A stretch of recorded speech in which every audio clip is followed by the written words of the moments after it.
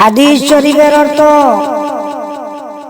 হযরত সাওবান রাদিয়াল্লাহু তাআলা আনহু বর্ণনা করেন যে রাসূলুল্লাহ সাল্লাল্লাহু আলাইহি ওয়াসাল্লাম ইরশাদ করিয়াছেন, দোয়া ব্যতীত কোনো জিনিস তাকদীরের ফয়সালা টলাইতে পারে না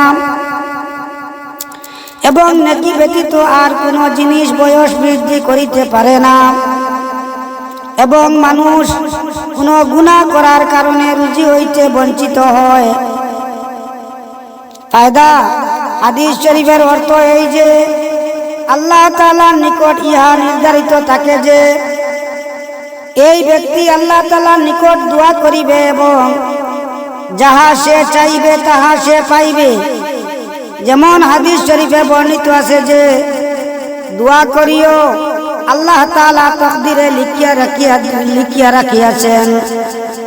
এমনই ভাবে আল্লাহ তাআলার নিকট ইহা নির্ধারিত থাকে যে এই ব্যক্তির বয়স উদাহরণস্বরূপ 60 বৎসর, কিন্তু সে হজ করিবে আর এই কারণে তাহার বয়স 20 বৎসর বৃদ্ধি করিয়া দেওয়া হইবে এবং সে 80 বৎসর দুনিয়াতে জীবিত থাকিবে। সুবহানাল্লাহ।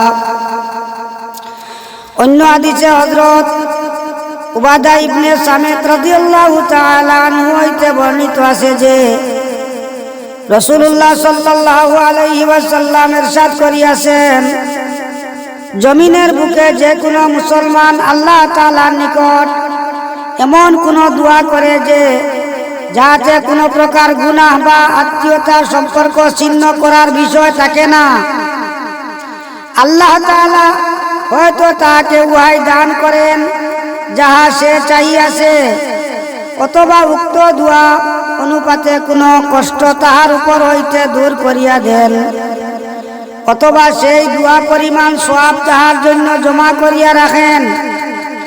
এক ব্যক্তি আরজ করিল, ব্যাপার যখন এমনই যে দোয়া অবশ্যই কবুল হইয়া থাকে এবং উহার বিনিময়ে কিছু না কিছু অবশ্যই পাওয়া যায়, তবে আমরা অনেক বেশি পরিমাণে দোয়া করিব। রাসূলুল্লাহ সাল্লাল্লাহু আলাইহি ওয়াসাল্লাম ইরশাদ করিলেন, আল্লাহ তাআলাও অনেক বেশি দানকারী। সুবহানাল্লাহ। আল্লাহ পাক পরওয়ারদিগার আলমে আমরা বেশি বেশি দোয়া করার তৌফিক দান করুন।